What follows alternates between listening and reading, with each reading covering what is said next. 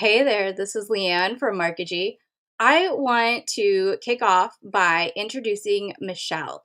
She is a beacon of sunshine in the best of words that I can come up with to describe her.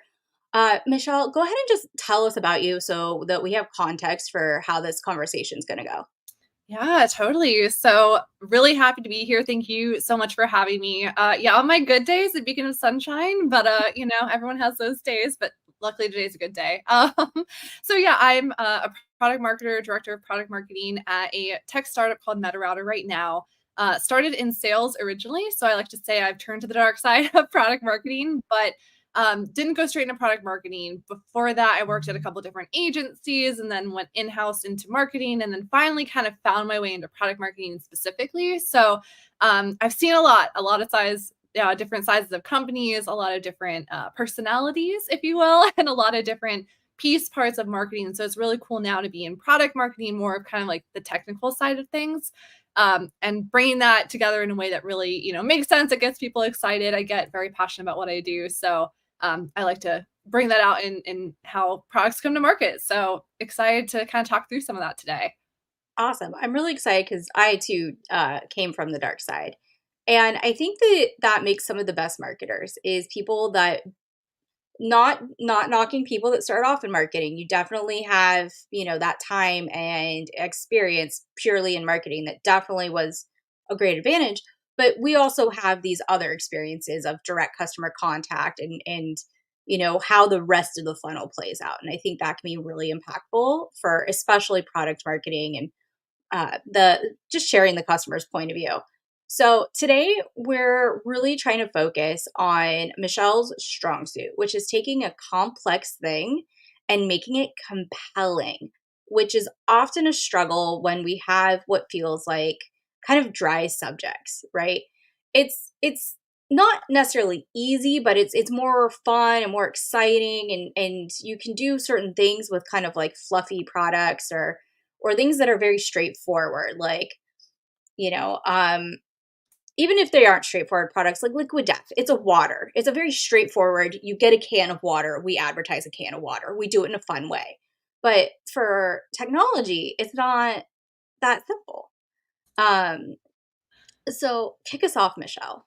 Oh my gosh. Right. Yeah. Like, where do you even start? Right. I like to think about when you're taking a very, so let me take a step back. MetaRouter right now is probably the most technical product platform I've ever worked on from a marketing perspective. Right. And I think a couple things I really like to think about when taking something complex to making it more compelling is I like to look at it as, I call it a messaging funnel, if you will. So kind of like start big, like what is a broad term, phrase, category that you can kind of start with to get people understanding who you are, what you do, like what category you fit in, and maybe how you're a little bit different.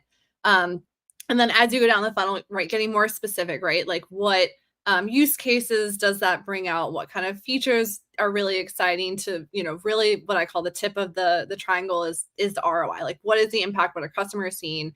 So you take this kind of broad idea and you have different stages, as with a marketing funnel, you've got tofu, mofu, bofu, what messaging applies to each of those piece parts to kind of at least visually, I'm a very visual person, see what you're talking about at what stage so that everyone kind of understand like, why are you focusing on server side? Well, our brand awareness isn't that great. Like we're server side, I'm thinking meta router, but like the top of that triangle, what's that broad term?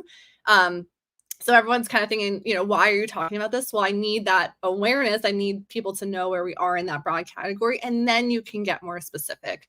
I think the other thing too that maybe is something for me. So I my nickname at MetaRouter is Theme McGee. I think it's a blessing and a curse, but it's kind of fun when it comes to complicated products. And like you were saying, to kind of build that like theme or that story or that analogy around what you're talking about. I think actually one of your LinkedIn posts the other day had a really good analogy in it too. And it like going to the gym or something about nutrition, I think. But it just makes it so much more relatable, even when it's a technical product. Say, okay, I can see how this fits into the context of something else in my life or some other pain that I'm having. Like it makes it feel a little more real and relatable. So that can kind of play into the emotional side, which for tech is kind of an interesting balance, right? It's not like Liquid Death like B2C, though personally I love Liquid Death and I love the brand. I think like as a marketing success story, it's pretty badass. But yeah, like you said, when you're how do you turn something like that story and kind of use that B2C inspiration in the tech world without losing kind of the tech benefits. So again, like having a good theme, how does it come together? How do things work together that you can kind of relate it back to when you're a really technical product makes it more, I think, compelling and emotional. Yeah, absolutely. And for those that are listening to this later, right now we are completely live. And so if you do have comments or you want to give any reactions, be free to do that. Like we're gonna try and address things as they come up. Please do. Uh yeah. I'll So make it th- weird. um this will be released later as a recorded episode through podcast platforms where people can like, subscribe, follow, review, all that fun stuff that we always want people to do as podcasters. Coming back to the point that Michelle is making is that it's not one thing. It's that 4D chess. It's the layered approach that makes it a compelling story. And I agree wholeheartedly. I love analogies, and I love how the study of how psychologists will look at, what signals those analogies provide people. And it really just expands the context of what you're doing, I think.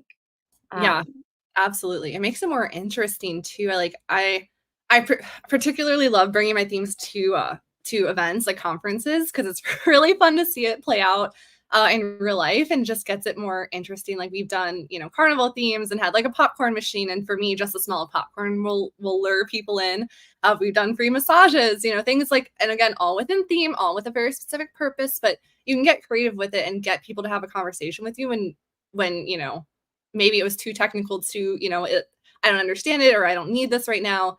And at least have a conversation so you can say, does this make sense? So have some fun with it, even in the tech space, even if you're in, cybersecurity or, I don't know, health tech, anything that, seems really technical. Try and have a little fun with it, but also test it. It's not for everyone. It doesn't always work. I will say that I have my fair share of horror stories, which I'm sure I'm sure we could talk about all day.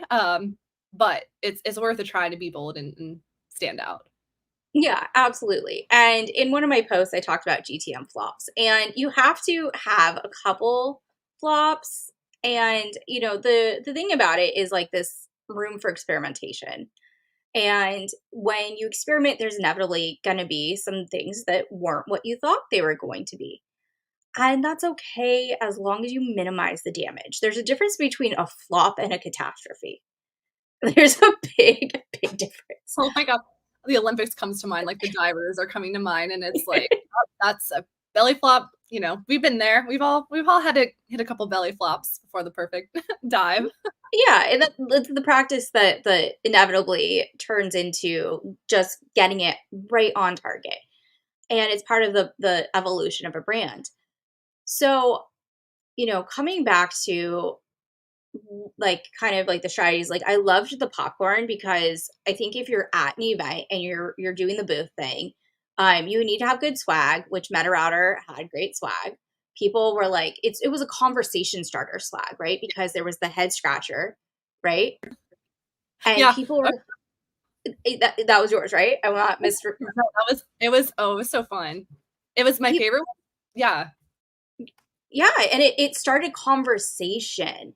And that's the real purpose about swag is it's not a transaction, it's a conversation.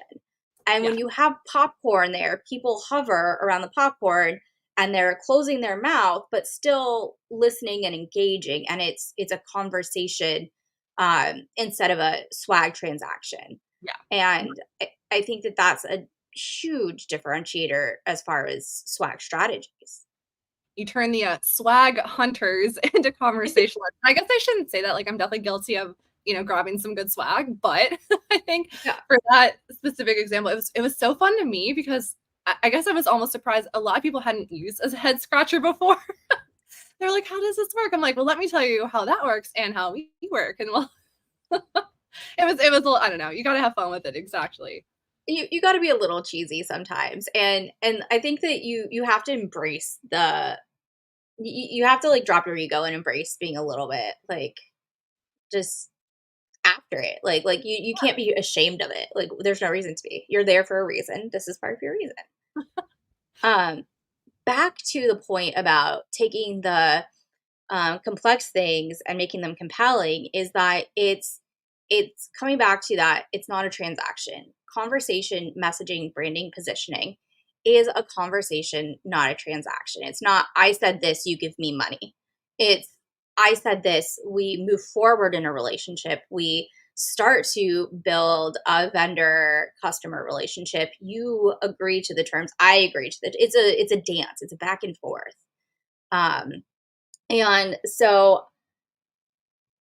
tell me a little bit specifically about some like use cases of like kind of your funnel of messaging and your the way that you go about it.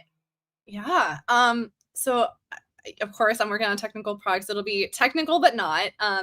So for those of you that don't know MetaRouter, yeah, as a tech startup, we really started in server-side tag collection. So for any true marketers on the call, when you need to collect customer data from your website, from your apps, wherever, and route it into something like a CDP or a customer engagement platform and actually use it to do something. So you want to build segments, you want to do personalization, whatever, right? You want to make sure that that data is compliant. You want to make sure it matches the people you're trying to target and that it makes sense for those kind of activation use cases, right? But when you think about something kind of technical like a server side data collection integration tool, it's like, that's not super sexy, not super interesting. It can be hard to find a budget line for that. So that's why we started. If you think about, again, that messaging pyramid, and I'm happy to send, I have lots of templates about everything. If you need a template, you're in product marketing or marketing, let me know. But you start at that kind of high level, like I said. So for us, it's that server side story. People kind of heard of server side. There is technically a category for server side tag management. So start broad and go more specific to then use cases, right? So then what do you want to do with that data, right? Are you trying to enhance your CDP? Are you trying to make your AI better? Are you trying to make sure you're not, using PII in a bad way? I think marketers are having to be more aware of what data they're collecting, what's in that data, and where that data is going. Um, so that is to say, that's, I guess, let's take another example, right? If you, I don't know, let's say we'll talk about AI because that's, the hot thing. Although I don't know, I have thoughts about AI, but I love my friends that work in it. So, but we'll start there. If you think about this messaging pyramid again, right?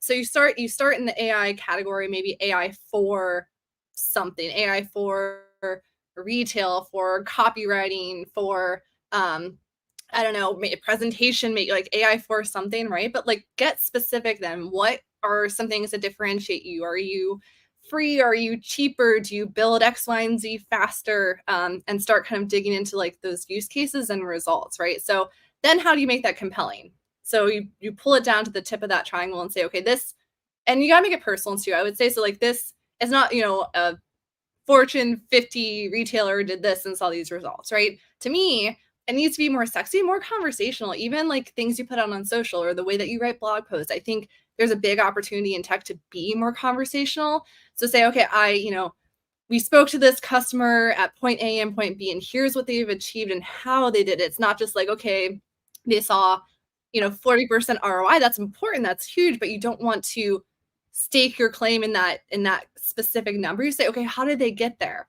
Did they do something differently with your product? Did they try something new? Were they innovative in a certain way? Like kind of thinking back to that storytelling element, potentially throwing an analogy to make it more relatable, right? And you kind of it's instead of just being a stat, or just like that makes it more transactional, right? It's actually the story behind it. Okay, how did they get there? And when you make that like personal and realistic, that someone can read that and say, okay, I can get there too. It's not just like 100%, more blah blah blah. It's like, oh, I know how they did it, and like I can actually get there in this realistic amount of time. Um, so I think that storytelling element, even as you go down kind of that messaging funnel as well, is really important. Like, how do you get from point A to point B? So from the server side example, how do you get from something like moving to server side data collection to the tip of the spear, which is like, you know, more events, more customer events coming in to power things like CDP and your personalization, your segmentation, whatever it might be. So it's not just what are kind of in those buckets, but how do you combine that story to make sure you get to those KPIs that we all love a good stat. We all have a good, customer did this, right? But like, how do you make that stat, like that gold nugget that you get, more compelling and more interesting? Yeah, and I think that that's really the name of the game is how do you make those results a story? how do you make it something that, like, people's eyes don't just gloss over, right? Because at some point, like, when you're comparing vendors or potential vendors and you're looking at their white papers or their case studies or their website, everyone's supposedly getting amazing results, Of course, right? Like, of course. that's what their website, it's the highlights reel. Like, they're gonna be like, a to bring in another, like, fitness wellness analogy, it's like the weight loss pills. Like, look, they lost 50, this one person lost 50 pounds. Okay, what about the other 500 people that lost, like, no pounds? Some gained weight, some, Yeah, like, what about the rest of them? And so that's why you need the story of how they got there so that you also have some credibility. yeah. And yeah, I mean, I don't, and I think something that's interesting, I haven't tried this personally, but I'd be curious in the comments or chat to know if anyone has, like, have you done like what went wrong stories? Like, a customer didn't, achieve what we wanted to because of X, Y, and Z. I don't know, because they were trying to move towards something where they could function where cookies are deprecating. Well, now they're not deprecating, but they already made these changes. Like, what, and it doesn't have to be your product, right? Was there a market change or market influence that caused that to happen? I'd be curious to know, kind of the like what went wrong stories, and here's how we're fixing, or here's how we're helping our customer through that, something like that.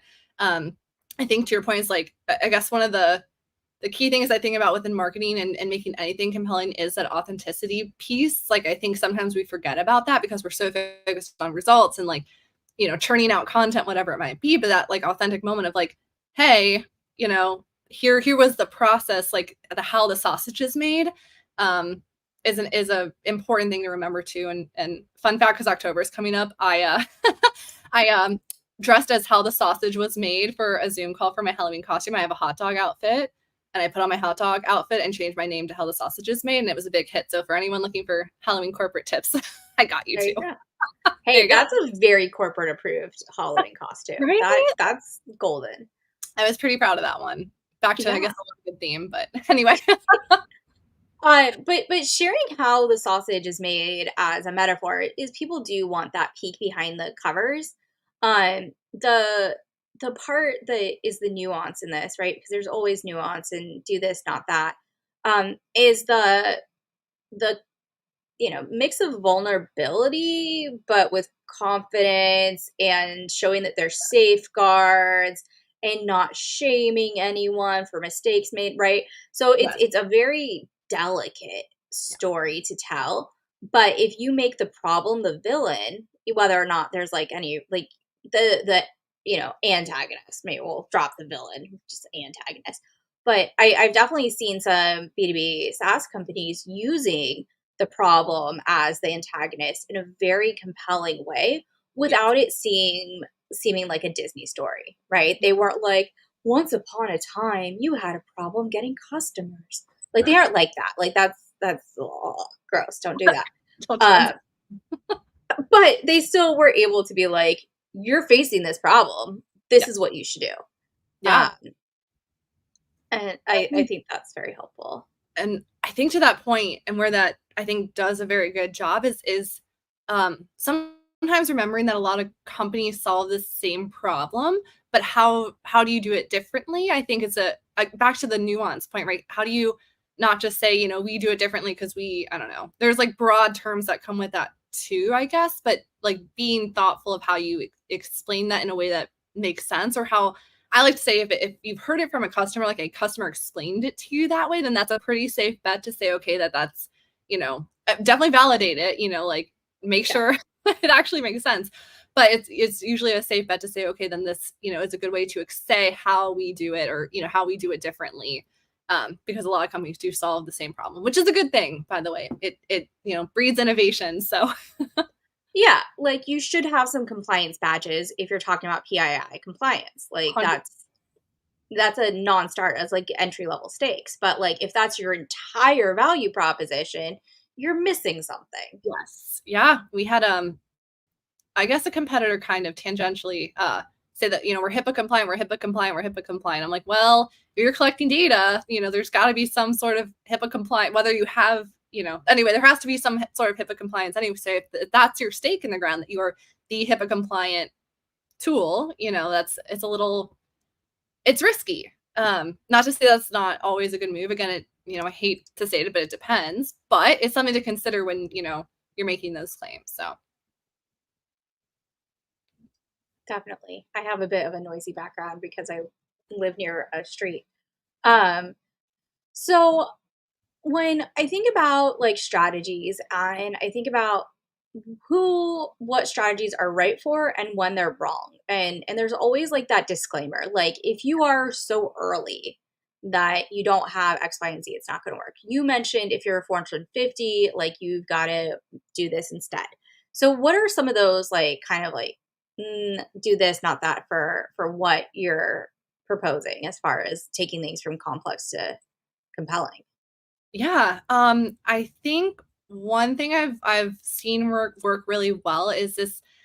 I hate to call it like maturity curve, but it's helpful from, I'm going to talk a messaging standpoint, but it can come in a lot of different ways. Is like you're going to talk to different businesses, different sizes, different industries. I think one of the big questions I get is when you're trying to like tweak those stories and that messaging, like where do you start? Is it company size? Is it industry? Is it pain point? Is it persona? Like title? Like there's so many ways to slice and dice that conversation. So when you're thinking about go to market strategies, I like to start at like sizes, because as companies get bigger, then there's more team members, more stakeholders, more complexity, more blah blah blah. Right? All of this stuff.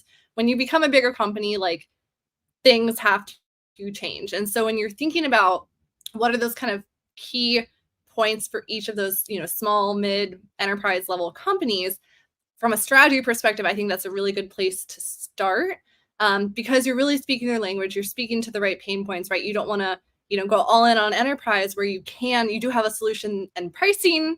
That's another whole nother topic, but pricing that fits the smaller businesses.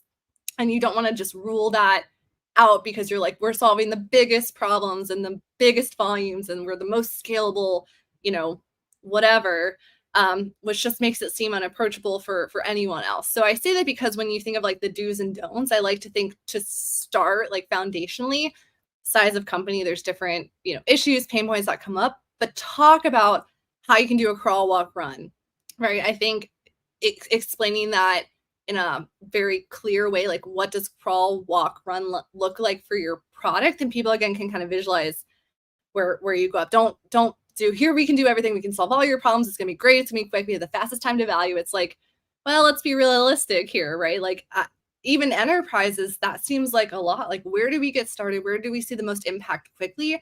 And then what are those building blocks to say, okay, now we've achieved this in the first, 3 months or so. What does next stage look like? What do the results look like after that? So I think, but what's the phrase, like, don't throw the kitchen sink at them, right? Like don't throw everything at once. And think about the size, because different as you grow, the pain points change, the conversations change, the people who you work with change, things like that. So yeah, don't throw in the kitchen sink. I see a lot of marketers just trying to throw everything at once. And I guess, my other favorite phrase I have to say, random acts of marketing.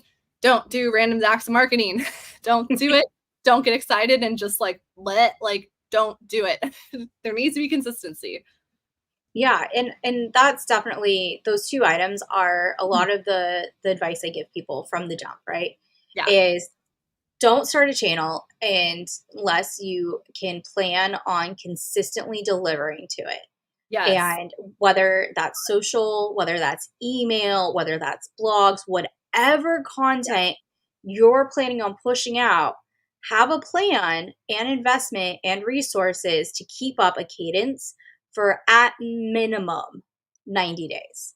Yes. Oh my gosh. At minimum 90 days. Yeah, Your SEO is not going to work in overnight. Like you need to give time to it. You need triggered. to give time to everything. And then add and grow from there. Once you get good at one thing, grow from there. Don't start with everything and do very poorly at it all and then just be like, marketing doesn't work. Well, no, marketing does work. It's worked for decades. It is not some like mythological unicorn.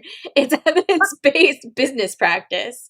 Um, but you have to give it the right attention and effort. Yeah. The That's second part of that, Oh yeah, go ahead. sorry, I'm like, I've got a No, no, rant. get it I'm out, going get it for out. it. I'm the one with the soapbox. I'm supposed to be your soapbox. Jeez. Um, the second part to that is that people are additive, not reductive. And as a professional working on like their personal branding or, a brand, a company, people will like, if they like you, they will come to you and they'll be like, hey, can you do this other thing? It's like kind of close to what you said, but like you're on top of mine. I like you. There's affinity. Can you do this other thing? And that's the thing is that people will add stuff for you if you give them your basic, I do this core thing, core competency really Yes. well. And that's hard too because you want to market how great your product is at like today we're great at this, today we're great at that. That confuses people. Yeah. They Yes. don't know what you're good at if you tell them too much about every single little detail feature. You Yep. need to be boring about your core competency. Yeah.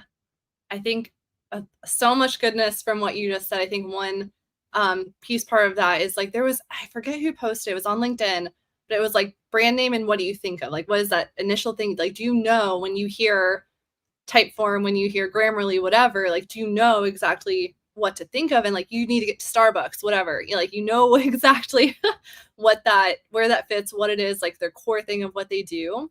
And that's why when you think again, that messaging funnel, like for us, meta router equals server side. Like you want that mental buzzer to go off and to have that consistency and then that trickle down effect. So 100%. I think the other thing, like you mentioned, is like when you channel wise do too many things. I can't tell you, and I'm in startup life now, so I have to speaking to that, but I can't tell you how many companies I've seen like we're gonna have a monthly newsletter. They put out one, and then it's like a quarter goes by and they don't have another one. Or we're gonna do for product marketing a seasonal release, and then they have one and they don't have another one for 6 months. And it's like, what just happened? Like, are you guys good?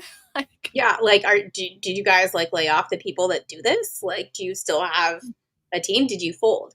yeah. The part that gets me is surveys. Like, Oh my god. when we're gonna do a regular survey and then, like, you just do one big one and it's just crickets. Oh, Never and it's again. No one's asked it no, any follow-ups. no, there's no follow-ups, and no one will ever answer it again. Like you kind of missed that golden oh, it's yep, PTSD. I feel that deeply. Research is an ongoing thing. Product marketing is not for the it's not for the people that don't want to always be doing something. That's There true. there's so much to it, and I think that's part of what appeals to me is that there's so much to it, but it's still a variety, but it's still a core competency. Yes. Yeah, Um, that's, like, perfectly said. It's like you can have your own little hub and spoke, I guess. I don't know. Like, you're at the core of what you are, then all these I think actually your LinkedIn post, was it yesterday, about kind of updating your resume and thinking about, like, things that you're good at? Like, that's really inspiring, not only from, like, a business perspective, of course, but, like, personally, like, as a kind of product marketer who's really flexible in what they do, it's almost sometimes I'm too scared to put more like skills on my resume because it feels like too much. But I think when you get it, like if there's something you can back it up and explain like why you do it, how whatever. Like I think that's really, I don't know, that was really exciting for me to look at because it's just like light bulb. Yep. Well, and it was a light bulb moment for me because I sometimes I do freelance and it was a freelance platform that was asking like, "Hey, like what of these things do you do?" because they want to be able to market me. Yeah. And I was like, "I've been doing marketing for over 8 years. Before that, I was in basically customer service sales roles, but marketing myself, Yeah. you know, acting as a marketer." And so like in that whole like MBA thing, just throw that in there. But like um at this point, like I'm really good at a lot of things and that's why you hire me Yes. because I can tell you that from experience that if you do this thing, it's going to flop. Or Yeah. it could be if you do it like big and it's the wrong fit, it's going to catastrophe. Oh yeah. The And trickle down effect. I mean, you could blow up your whole company by dedicating your entire marketing budget to the absolute wrong strategy. Because then you'll get no revenue. You'll get nothing but shitty leads that bounce that Yep. aren't that are like fake name at fakename.com. Like you can totally you could totally sabotage yourself without having the right fit of strategies and channels and tactics. And for a little bit, when in a good economy, let's go back to when it was growth at all costs. During growth at all costs, you could throw money at a lot of problems, and you could have a mismatch strategy, and you could get just enough business because business was easier. Yeah. But in an efficiency market where it's tighter and people aren't making quota and people aren't getting the revenue goals, you can't do that. Yeah. 100%. You have to know. I mean, to your point, like, thankful to even have this conversation because for someone that knows like what levers to pull is it's like so inspiring to me. So it's funny when you think like product marketing versus like traditional marketing. Like I wouldn't know, paid ads or SEO, and like thank God we have consultants. But like for example, our SEO consultant is like the most incredible writer, like content writer. But it's when you find those people that have those additional competencies, it's like such an unlock for these companies that are looking to do more with like less resources, less budget, whatever it is. But just to have that knowledge and instead of trying to learn on the fly, which again, no, It's the we've best all way to do it, though. It's the best yeah, way to do it. Most of the exactly. things that I've learned to avoid is Yes. because of some mess. It's like I made a post a very long time ago about like every OSHA rule is because of some tragedy. Oh, Everything, and it's sad and it's horrible, and I'm not trying to have too much dark humor, but there's some.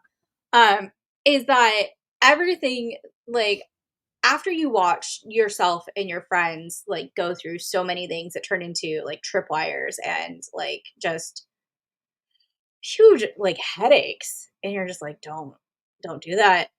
Don't do that. You're gonna regret it. there needs to be But like therapy sessions. Like we need to we need to have, like some, here's some therapy sessions because like I feel like we've all been there and you don't always have someone to like vent to that understands what that trauma was. Like I'll talk to my husband, he's, finance, has no idea what I do. It's fine. But I'll be like, oh, we did this gated content and didn't get any leads. It's like, what do you what is that even like? Who cares? Like you're just like, no money came from it. Like no, it was. like we invested in content. Like, don't no, this is a real I feel it's in my soul, like I'm sad. Well, and that's that room for experimentation. Is that back to my comment about like you have to go through a headache. You have to go through like that bad experience. Is that's another crucial reason to have room in your budget, like 5 to 10%. I'm not talking like any greater than that, but for little flops, Yeah. because then you know for sure that you can do. And I will say the cringy phrase that everyone seems to hate: you can do a postmortem. Postmortems aren't bad inherently. They're just I bad when no one takes accountability or ownership of what went wrong. And so the little flops teach you, yes, we did it wrong. Here's 5 reasons. We did a win-loss interview with customers. We were like, hey, specifically, yeah. what did we do wrong here? Yeah. And how can we avoid that later? They'll tell you. Oh, yeah. They'll tell you very, very clearly. Like, you know, They I they think want to go ahead. I was gonna say, I think the other thing I've seen as maybe like fatal, nails in the coffin, I don't know, fatal flaws is like the like lack of alignment, I would say. Like there's sometimes if you don't have that clarity, like you could have the best idea in the world, but if it's not aligned with like potentially the corporate level KPI, or like there's no conversation between like what you're trying to do and what kind of the company goals are, like you could have the best thing in the world and like good results and be really excited about it, but if that alignment hasn't happened, it's like you did this for what? Like I guess one of my PTSD moments is like getting really excited about a project, launching it, seeing great webinar attendees and leads and things like that, but then from a court like a C-suite level, it's like, well, we were trying to retain customers, not get new ones. And it's like, oh crap. Like it's just conversations like that. So when you do have those aha moments and you have those good ideas and you execute and it works, like just make sure you have that alignment first. So that's, I guess, one of my fatal flaws that I learned pretty early on, thank God. But something to Yeah. think And we talk a lot about alignment on this show. Like that's about. Oh that's yeah. for sure I a key know. component. But it's from learning the hard way Yeah. sometimes. Oh, yeah. Either having a really exceptional mentor or learning the hard way or listening to podcasts where we drone on and on about like getting the KPIs agreed to Yeah. beforehand, understanding what the OKR is, Yeah. knowing that you need that, and um and making sure that everyone agrees on what those are, Yeah. right? Because like you said, if you're trying to do a retention move and instead you did an acquisition move, that's a problem Yep. because well, for a number of reasons, right? So like specifically, let's dig into that, or we're going to pull that thread. If you had been trying to retain customers instead of acquire new ones, what happens to those customers after you acquire them? Yeah. Oh, yeah. And it's more expensive to acquire them anyway. Then you just wasted more money and then more money when they don't stay. Like, I mean, it's the hamster wheel of some of those issues is like, and like you said, kind of those retros, those postmortems. If you don't look at a lot of that, you're going to keep missing the mark. And marketing or product marketing, if you're focused on acquisition, could have the best year ever, right? The best performance. And if you don't have retention in place, it's like, well, for what? And it becomes such a problem. And if you don't have that in mind or don't understand why things are happening, yeah, I mean, it's literally it's a really sad hamster wheel that I've been on that ride and I don't need to do that again. So Yeah, and that can be due to like a lot of factors that might be out of your control. yeah, And, sometimes it's market conditions. Sometimes, the only yeah, big need is to um, stop the bleeding by adding new customers. yeah, Um, yeah, and that's a reality, like we live in reality where sometimes being more focused on acquisition than retention happens. And sometimes the cash runway changes or the ARR or MRR. You got to pick what scope of time and what sense of urgency the company's needs are. yeah. And I've And seen it's almost interesting. I won't say names, but I've seen companies almost like totally rebrand, like totally pivot their kind of like core competency, their use case. It was almost like an identity crisis. Like, I don't know, I feel like a Zoolander, like, who am I? Like it was one of those moments, and you're like in this pivotal moment, and you're to the point where you're confusing current customers, like, well, like, are what do you really do, or why did you make that pivot? And I say that because back to like when you're thinking about retention and why customers are potentially churning or how to make sure that doesn't happen, I think one of the key things that maybe marketers don't think about, and I know for product marketing, this is sometimes a tricky conversation because product marketing is a kind of ambiguous role at some companies, but I think that retention piece is really key because if you're having that conversation, even like for product launches, right? Like your message to customers should be very different to prospects. Well, that's a whole nother thing. But if you're saying, okay, we're having this big change in messaging, or hey, you might see our website get updated, and here's why, here's what we're seeing, here are the changes, like we're still here to support you. Like I think those conversations sometimes can get overlooked. So just being mindful of like when you're doing any kind of big, again, rebranding messaging on the marketing side, like get your customers involved, like get them excited about the change, like, whatever the reason, I'm sure it's happening for a good reason, like just bring your customers along with you. Don't see them just as transactional. Take them out for drinks and say, hey, like, here, what do you think about this? Like, like you said, yeah, just don't, yeah, like you said, don't be transactional. So, um, fun analogy for that example is that you wouldn't like completely change your entire house while your partner's away for the weekend. Like you wouldn't remodel the kitchen and bathroom and repaint and move all their stuff. Like you wouldn't do that to another person that you have like a close relationship with. You like I know that whole like house hunters or like house makeover thing was like really popular, but those people opted into that, yeah. Oh, right? yeah. I agree with it. Like Yeah. it's just basic communication. Like you wouldn't just like pull the rug out from someone. And I trust requires communication. Yeah. Totally. And All you can right. have fun with that too. You can have celebratory, like, rebranding party. I don't know. You can have fun with that too. I don't know. Right. And I feel like this ties very strongly into taking something complex to compelling because part of being compelling is the communication, is the trust establishment, is the credibility and making it matter to that person. And some of the things that you said like take them out for drinks. Well, it's pretty compelling to your customers being taken out for drinks. Like, they I wanna be appreciated. It guess. feels good. Yeah. Yeah, totally.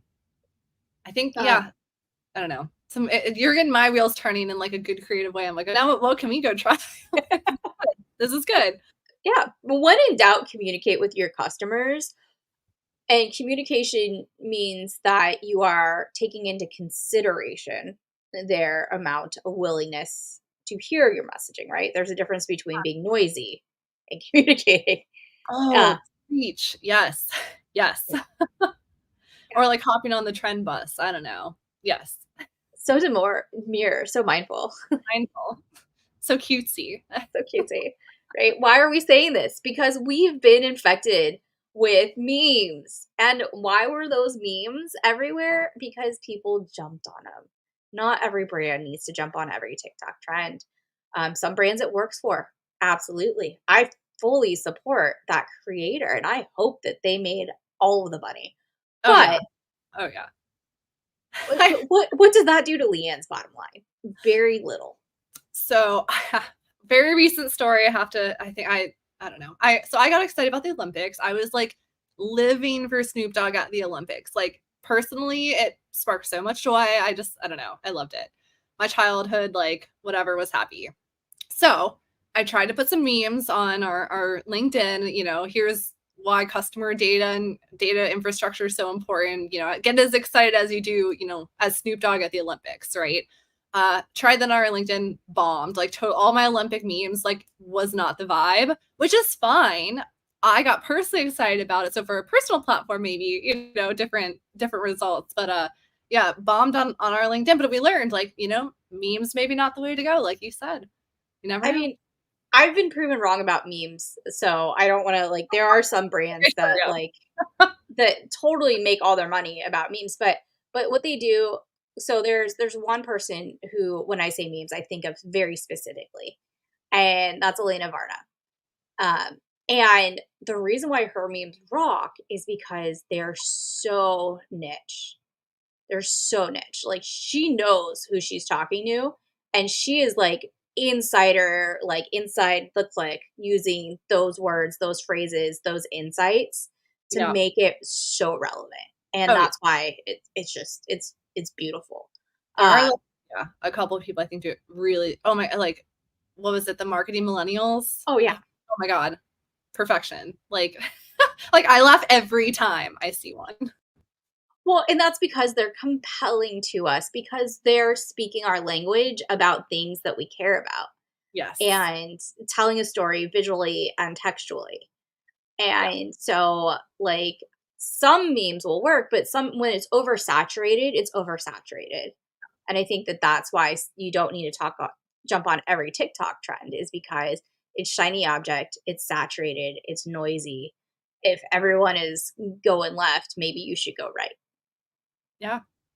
It's a good reminder, I think I get so triggered with AI. I think it does really cool things. I think some companies are doing such a good job talking about it. But if I hear just another AI in a announce, like for the sake of talking about AI, I'm gonna vomit. So personally, again, it Well, depends. it's because it's getting oversaturated because the first thing that everyone did was go build an entire platform on top of GPT. Yeah, That's how they're like, "We're AI now because yeah, we do this." immigration. And Yeah, hmm that there were some first movers that, like, did that before it was publicly available, and they had, like, a stranglehold on the market, but now that that's changed, the first move is over, like, it's saturated. yeah. And so when we look at our ocean space around us, our waters, Yeah. I want to be Well, I guess, and I don't know if anyone wants to put in the comments too. Like, I'd be curious to know, like, when AI works. I guess, like, in what context can you get that to, like, really, like, how do you make that work, or do you feel like if you don't, is it closing the gap in some way, right? Like, if you don't have AI, are you out of the game in certain situations? I think it's an interesting, like, you can have a AI solution, but not make that the rock that you stand on for everything. I don't know. well, yeah, absolutely. Or if it is the rock that you stand on, like, be very specific Yeah. about Yes. why, right? Mhm. So if you're an AI and you're integrating with a CDP and you're pulling out insights and you're, making things faster, more efficient, more, and not hallucinating, then right, because AI hallucinations are my number one problem with connecting AI to data. Yeah. Because how do you validate it? Uh, Oh my gosh. so, but if you are doing that type of AI and you're like, these are the insights we're going to pull, and these are how we validate not just the data in it going into it, but then also the insights it pulls, Yeah. um, because clean in, clean out. Uh, then that's a great way to make a stand on this. Yeah. Speaking of AI, the future. Where do you think marketing is going, and where do you think it should go? Yeah. I mean, I do think AI will always be part of the story. Like, I think that has to be part of the conversation for me personally. In certain use cases, it makes my life so much easier. It takes my ideas and in some cases spits something out better than what I could have pictured specifically. So I do think AI is part of that story. Um, I do think though too, kind of like what you said with the clean and clean out, I do think marketers are really going to have to care more about the data that's collected and where it's going. To your point, if you're fueling an AI model, are you using real data? Yes, no, sometimes you can use AI created data to inform AI. What that's like Inception, it's weird. But if you're using, customer data, for example, is that data compliant? Is it secure? Because ultimately, if your company ends up in the news because you used your customers' data in a non-compliant way, like ultimately that looks bad on everyone, not just like you in marketing. If you're using the data, you should also be responsible, at least understand like where it's coming from and how it's getting to things like your AI tools, your analytics tools, your CDP, whatever it might be. So I do think there will be a shift for marketers that not necessarily have to be involved in the execution, like how do I make, technically make sure that it's compliant, but at least that understanding of like, how do I use this? Am I using it ethically? Am I making sure I'm protecting customers and not ending up in the news? Because I live and breathe that every day at MetaRouter. Every day we see, so and so's customer data was used in a non-compliant way. And even from an AI perspective, I think it was X's AI plans have a bunch of GDPR concerns and like so for all the use cases, anywhere that customer data touches, you need to make sure that that's like safe and secure. And I think too, like there's going to be more of this push towards, I think, technical marketing. I think more marketers are going to get a little more hands-on on more like technical projects. And whether that is AI again or other tooling, maybe deeper in analytics, whatever it might be. But I think we also have a louder voice and like a bigger seat at the table for what those tools look like. So where are those gaps that still exist within marketing that we need to have a voice and say, hey, we need help with X, Y, and Z, or we need, these three things in one platform because there's a lot of consolidation happening too. Like I feel like CDPs are consolidating every day. It's such like the wild, wild west in marketing and marketing technology right now that it's both like exciting and scary at the same time. And I think because ultimately, again, we're the ones that use this data that are building these messages, building these campaigns, that we'll have a bigger, voice to say, okay, here's what we think it should look like. So bringing power back to marketers, I'm here for it. I love that you mentioned being a technical marketer. I get so jealous of people when I think that they are non-technical in any site where I'm like, you really are the fonts and colors kind of marketing. And I'm just like, that is I am just I'm jealous. I'm like, how? Like that is so like I'm mind blown because the way that I see it is that every part of marketing has turned. It's already happened. Very technical. Yeah. Brand, very technical. Yes. Um, positioning, like you have to, and even in B2C, Oh right? yeah. I'm not just talking B2B. I'm just talking universally Yeah. that it's a very technical practice now. And it used to be like, oh, who had the prettiest handwriting to make a chalkboard sign and, who's their best painter for, the window for Christmas. That's gone. That is over. you have to have technical understanding, not just into research and insights and attribution, but into the tech stack of the tools that are used. You have to have those hard skills. Absolutely. Yeah. I think to your point, it's almost like y- if you live and breathe it every day, you're not always aware of how technical you are or that you're becoming.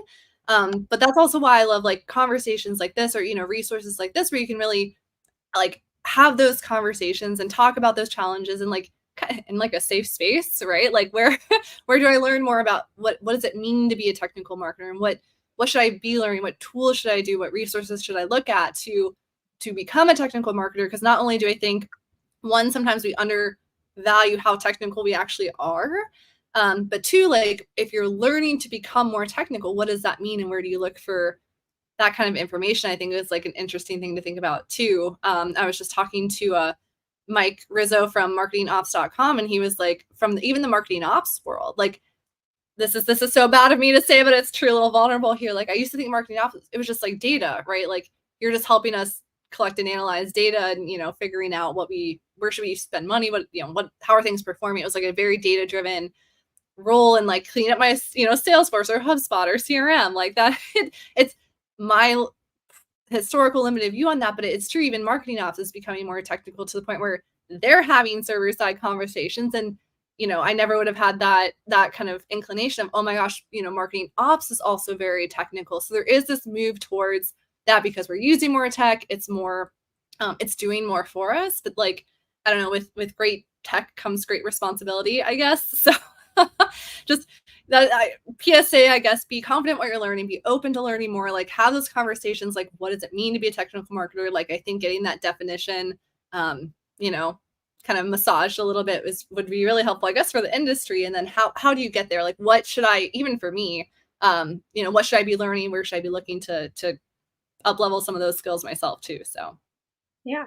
And how do we show that we're technical, right? Because at some point, like unless you're working for a company at scale, you can't show like, it's a fluff project. But at the same time, it's like keeping up a house. More analogies, geez. But when you look at the cost of a house, or the price, the appraisal price, you're supposed to set aside a certain percent per year for home maintenance yeah. and upkeep and upgrades, right? So whether it's putting on a new roof, new HVAC, new paint, remodeling something to bring it to current trends, getting rid of your gray floor, whatever it is. I loved the gray floor, by the way. But I'm past it. I moved on, but it was you have to plan for these things. So, some advice that I was given was about expect to spend about like 5 to 10% of your salary on continuing education. Yeah. And as you get to being like higher and higher levels, like that's an investment, Yeah. but you're just going to get way left behind if you don't. And you don't want to be in a and you don't have to be the person that clicks the button, but you do need to understand Yes. what you're asking people. Yes. And how to ask it and what, yes, exact 100%. Does it even exist? Is it realistic? Right? Yeah. Like if you're asking somebody to just do something, you need to know if you're asking them for a 30-minute project or a 6-month project. Yes. I mic drop, like that we're done. Like that's that is the story of my life. I mean, I think we're from a technology perspective, right? Like there's so much tech that comes out. I think from a tech perspective, the companies that will win will be able to help bridge that gap, not only in like learning and resources, but like the tool itself, like user interface and things like that. We'll throw that prediction out there, but I do think exactly to that point. It's like learn. I mean, I'll talk to developers. I'm like, oh yeah, can't you just, you know, bring this data into here? And they're like, that integration is going to take 3 months, and for good reason, you know. So I 100% mic drop moment right there. It's so true, and I think it's probably only going to get more and more complicated. So yeah, if you don't keep up, you'll probably get left behind.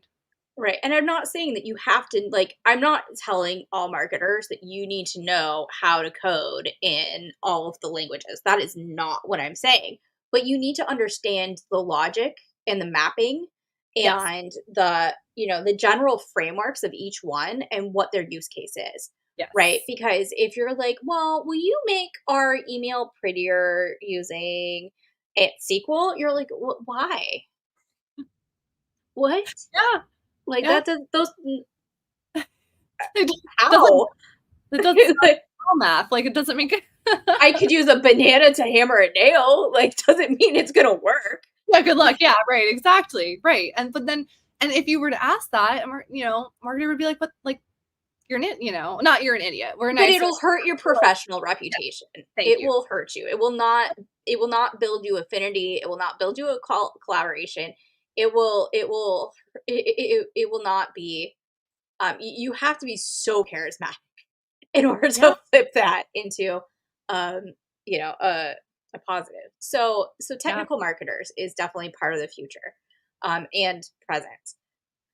All right, we got one question left. It's a doozy, and I always prep people with it, but then like on the spot, they're like, "Whoa, I don't know how to answer this." So behind the curtain, what is a question someone should ask you, but they don't? So like this could be anything about like something personal where you're like, "I really love talking about this thing, and I just want to talk about it more," but no one asked me about that. Or it could be like everyone comes to me for XYZ and they really need to be talking about ABC. Like they are miles down the road in the wrong direction. They need to come back to like the start. So, what is a question that someone should ask you that they don't? Yeah, so I think it's kind of what we touched on earlier. We get a lot of like, um, how have you been successful, right? You talk about the successes all the time and what's, helped you get promoted or what, has helped you achieve X, Y, and Z. And for me, the question that you should be asking is like, what were the pitfalls? Again, back to like what went wrong. Like I think when you are asking the question of what pitfalls or what things to avoid, you're going to get to where you want to be so much faster than when you say, okay, how did you become successful? How did you start a podcast? How did you do this? Okay, well, in the process of building a really cool podcast, like what, pitfalls did you go through to overcome so that you can achieve something faster? Because no one's journey is the same, right? It's not like a linear movement. Everyone has different skills, different ideas, different ways of doing things.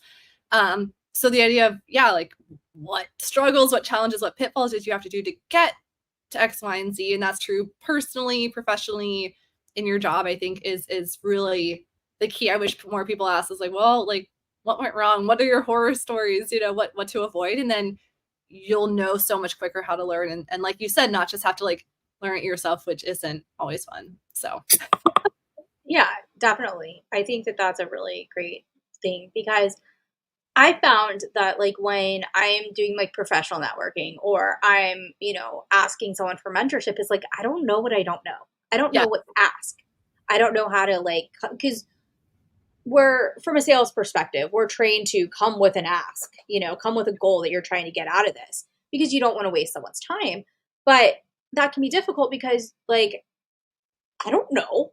Like I want to not f up, but like I don't know what that looks like. And I think that the way that you're saying this is a really powerful like just bottom question that you can approach people with is like, "Hey, I admire that you've done blah blah blah blah blah. Whether it's you launched this product or this thing happened or you guys met this goal or you reached some personal achievement. How did you do it? What not even how did you do it, but what was something that you would do differently if you could do it again?"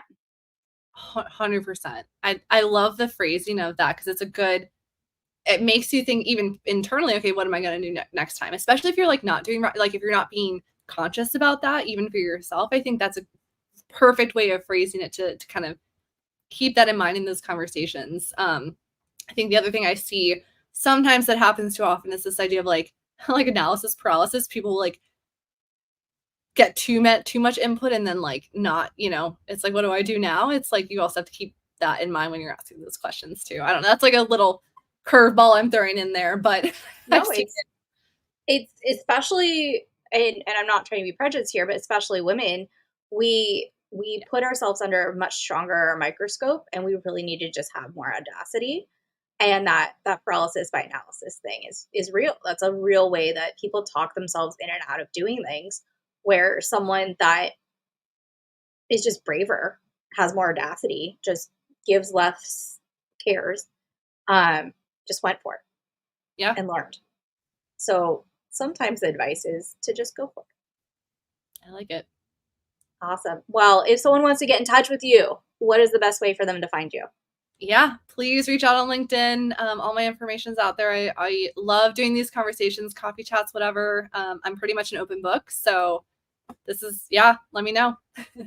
Awesome. And then for when this is just an audio podcast, could you spell your name so that people find the Um, right Michelle? God, it's a fun one. First and last name. So Michelle with one L, Michele. And last name, thank you, mom and dad, for this. It's Nieberding. It's Nieberding. Awesome. And this is Leanne. If you want to get a hold of me, it is info@markigy.com. Markigy. Fun made up word talking about strategy, science, creativity, and just blending everything in like it's a blender. It's a smoothie of marketing. All right. All right. We're around. If you find this later online and you still have questions, just pop them into the comments. We'll be happy to circle back and always here to help our fellow marketers out. Have a great day. Thanks.